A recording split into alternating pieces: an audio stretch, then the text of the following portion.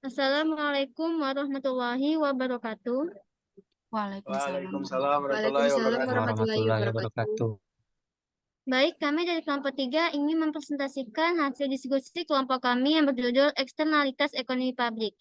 Baik, di sini saya akan memperkenalkan diri saya, Vernika, dengan NIM 2204-2016 selaku moderator.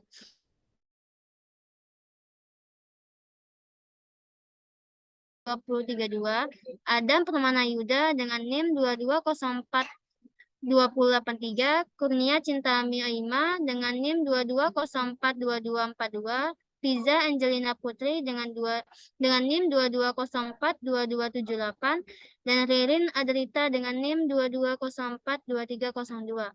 Baik, untuk mempersingkat waktu, kami akan memulai presentasi pada hari ini. Baik, pemateri pertama akan dibacakan oleh Fiza Angelina Putri. Fiza, dipersilakan. Eksternalitas ekonomi publik. Eksternalitas adalah biaya atau manfaat yang didapat oleh pihak ketiga yang tidak dapat memilih untuk mendapatkan atau tidaknya dampak tersebut. Dapat dikatakan bahwa eksternalitas adalah suatu efek samping dari suatu tindakan pihak tertentu terhadap pihak lain, baik dampak yang menguntungkan maupun merugikan. Sekian kepada moderator. Baik, pemateri selanjutnya akan dibacakan oleh Kurnia Cintami. Kurnia, dipersilakan. Baiklah, saya akan membacakan jenis-jenis eksternalitas. Jenis-jenis eksternalitas menurut dampaknya. Eksternalitas positif. Eksternalitas positif adalah tindakan seseorang yang memberikan manfaat bagi orang lain, tetapi manfaat tersebut tidak dialokasikan di dalam pasar. Eksternalitas negatif. Eksternalitas negatif adalah biaya atau kos yang ditanggung orang lain di luar sistem pasar sebagai akibat dari kegiatan produksi. Saya kembalikan ke moderator. Baik, pemateri selanjutnya akan dibacakan oleh Marfia Reren Sisri. Marfia, dipersilakan. Dua jenis-jenis eksternalitas dari sisi pelaku dan penerima. Satu, eksternalitas produsen terhadap produsen. Eksternalitas produsen terhadap produsen terjadi ketika output dan input yang digunakan oleh suatu perusahaan mempengaruhi output dan input yang digunakan oleh perusahaan lain. Kedua, eksternalitas produsen terhadap konsumen.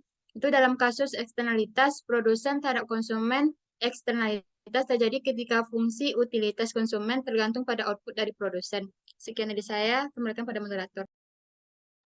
Baik, terima kasih pada Reren. Pemateri selanjutnya akan dibacakan oleh Ririn atau Dita. Ririn, dipersilakan. Baiklah, saya akan melanjutkan jenis-jenis eksternalitas dari sisi pelaku dan penerima. Yang ketiga yaitu eksternalitas konsumen terhadap produsen.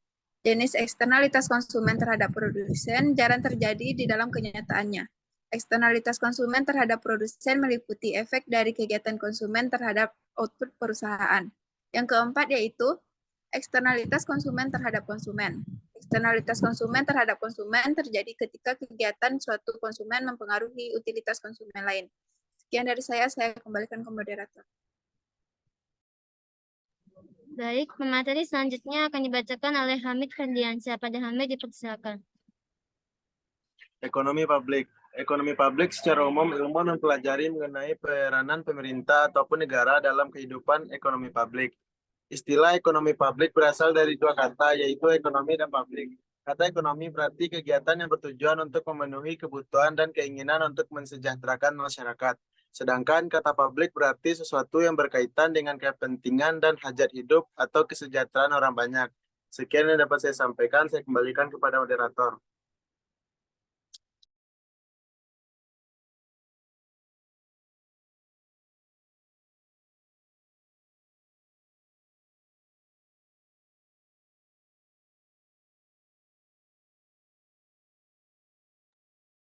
Baik, pemateri selanjutnya akan dibacakan oleh Adam. Adam, dipersilakan. Baiklah, materi selanjutnya adalah penyebab terjadinya eksternalitas pada ekonomi publik. Terdapat beberapa hal yang menyebabkan eksternalitas pada ekonomi publik. Yang pertama adalah keberadaan barang publik. Yang kedua, sumber daya bersama. Dan yang ketiga adalah ketidaksempurnaan pasar. Yang keempat adalah kegagalan pemerintah. Saya kembalikan kepada moderator. Baik, terima kasih kepada rekan-rekan semua yang telah berpartisipasi dalam presentasi pada hari ini. Mungkin hanya itu presentasi kita, dan kesimpulan dari presentasi kita pada hari ini yaitu di mana masalah dalam ekonomi terjadi karena keterbatasan sumber daya yang menyebabkan ilmu ekonomi mempelajari bagaimana sumber daya yang dialokasikan secara efisien dan bagaimana keputusan ekonomi diambil dalam kompetisi pasar. Pasar dapat menjadi efisien dalam mengalokasikan sumber daya jika asumsi-asumsi seperti pelaku yang rasional dan memiliki informasi yang sempurna dan pasar persaingan sempurna terpenuhi. Namun, dalam kenyataannya, asumsi-asumsi ini sulit dipenuhi dan terjadilah kegagalan pasar. Salah satunya disebabkan oleh eksternalitas.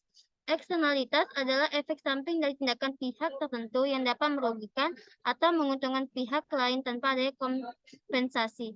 Mungkin hanya itu yang dapat kami sampaikan. Sekian dan terima kasih. Assalamualaikum warahmatullahi wabarakatuh. Waalaikumsalam Waalaikumsalam warahmatullahi wabarakatuh. wabarakatuh.